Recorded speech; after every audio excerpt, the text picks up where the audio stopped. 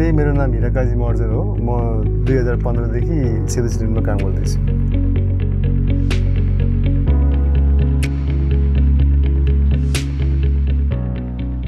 म भुइँचालोको बेला मेरो आफ्नै घरमा थिएँ। त्यसपछि त्यो भुइँचालो आएर मान्छेहरू एकदम कराउन थाल्यो। त्यसपछि म एकछिन अल्मलिएँ, त्यो दिमागले सोच्न सकेन के गर्ने भनेर। त्यसपछि सबैजना बाहिर चोकमा आइसकेपछि म पनि चोकमै गएर बसेँ।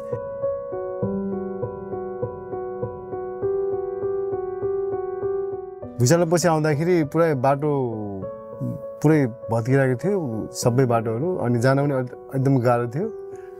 अब यो 4x4 गाडी भएको हुनाले हामी जान सक्यो, तर धेरै कष्ट गरेर जान गइयो।